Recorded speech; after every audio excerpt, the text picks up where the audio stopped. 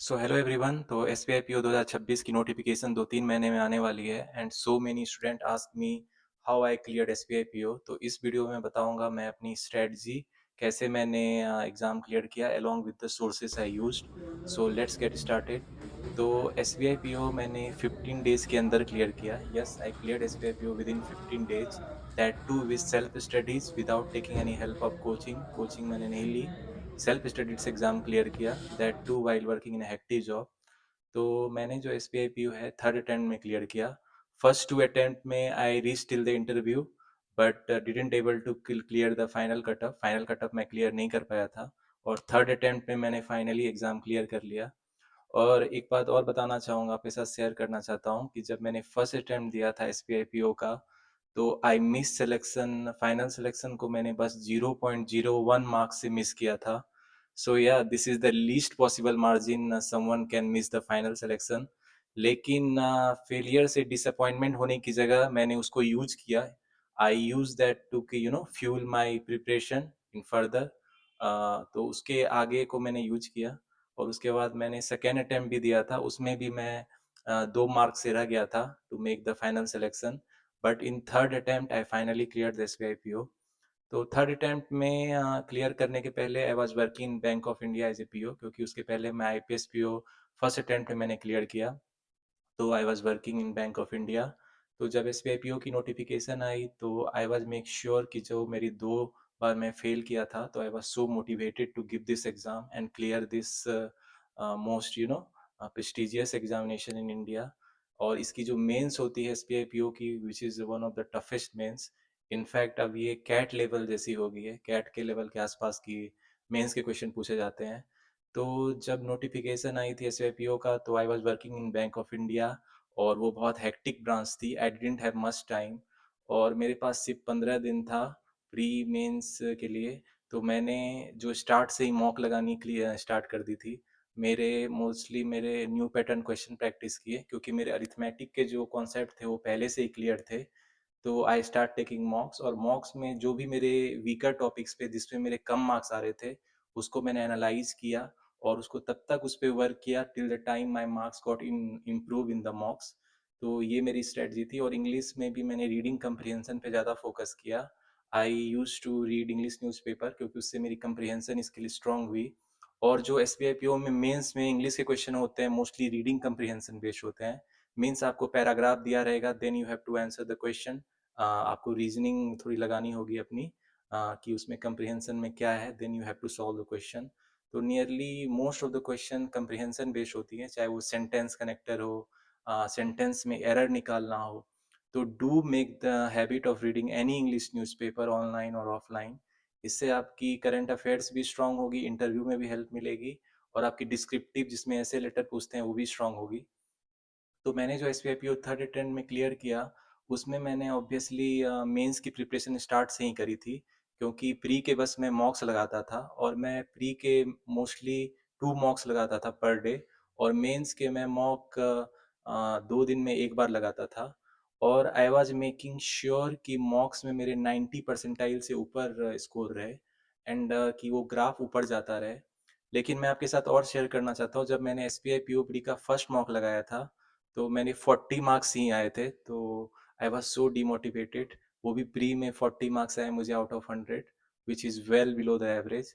लेकिन उसके बाद मैं और फायर्ड अप हो गया। और क्योंकि मैं बैंक ऑफ इंडिया में वर्क कर रहा था, तो मुझे टाइम नहीं मिलता था। तो मैंने एक स्मार्ट स्टडी अप्रोच लगाई। मैं कोशिश करता था जीए करने की। बैंक में जब मैं रहता था, तो मैं जनरल अवेयरनेस की पीडीएफ खोल के बैठा रहता था, और टाइम बीच बीच में वर्क से टाइम निकाल के मैं उसको करता था। फिर जैसे 8-9 बज जाते थे मुझे घर पहुंचते पहुंचते, तो उसके बाद मैं मॉक्स लगाता था टिल द लेट नाइट। और मॉक्स को मैं एनालाइज करता था, मेंस के मॉक्स को। और मैं तब तक मतलब प्रैक्टिस करते रहता था till the time I sleep. उसके पहले तक मैं मॉक्स के क्वेश्चन प्रैक्टिस करता था, नए नए पैटर्न क्वेश्चन। तो मॉक्स में ओनली बोर्ड और प्रैक्टिस मॉक के लगाता था, क्योंकि which is of good level. Only board का लेवल खासकर एग्जाम के लेवल से थोड़ा ज़्यादा होता है, and practice mock is of exam level. इसके अलावा फ्री के मॉक्स मुझे जहाँ से भी मिलते थे, वहाँ से मैं लगाता था, from textbook, bankers Adda, grade up, I exam B करके एक साइट आती है जहाँ पे so many free mocks available of pre and mains, तो वो आप साइट ज़रूर चेक कर सकते हो। इसके अलावा इनफाइनाइटेसिमल चैनल करके एक आती है यूट्यूब पे, जिसमें अरिथमेटिक बेस्ड डीआई भी सॉल्व कराते हैं वो, तो उस पे न्यू न्यू पैटर्न क्वेश्चन अगर आपको मैथ के सॉल्व करने होंगे तो उसको चेक कर सकते हो। देन अमर सर यूट्यूब चैनल है मैथ का, वो भी एक अच्छे कॉन्सेप्चुअल क्वेश्चन बताते हैं बैंकिंग एग्जामिनेशन रिलेटेड, तो उसको भी आप चेक कर सकते हो। तो दीज आर माई सोर्सेस। और रीजनिंग में मैं अंकुश लांबा के 1000 पजल सीरीज को भी देखा, विच इज़ वेरी हेल्पफुल।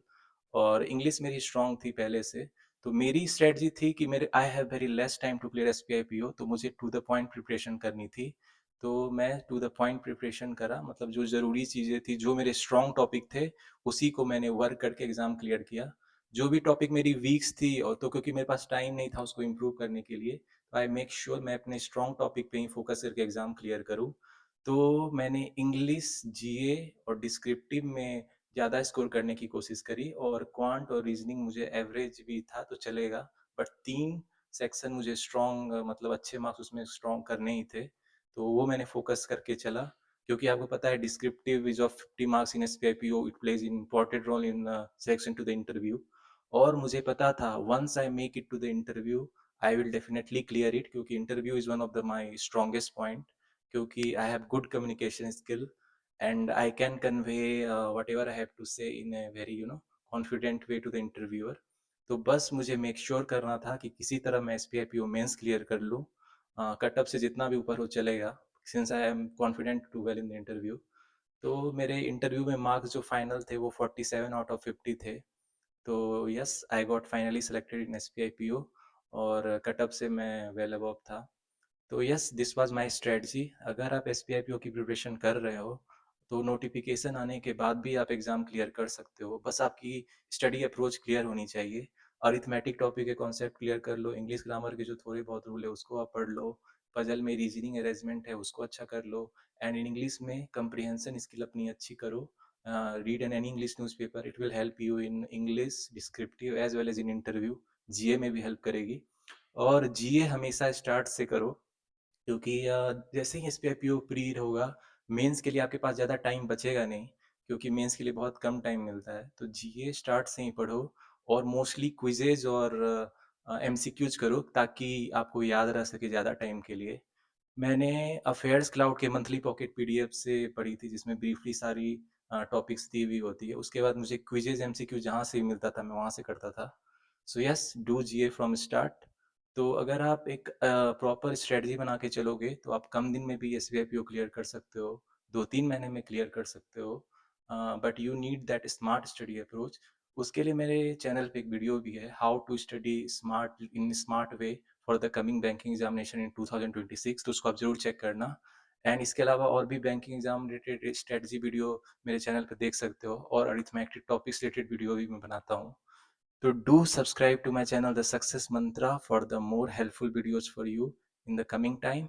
तो आपको S B I P O 2026 के लिए all the best, hopefully you all clear it.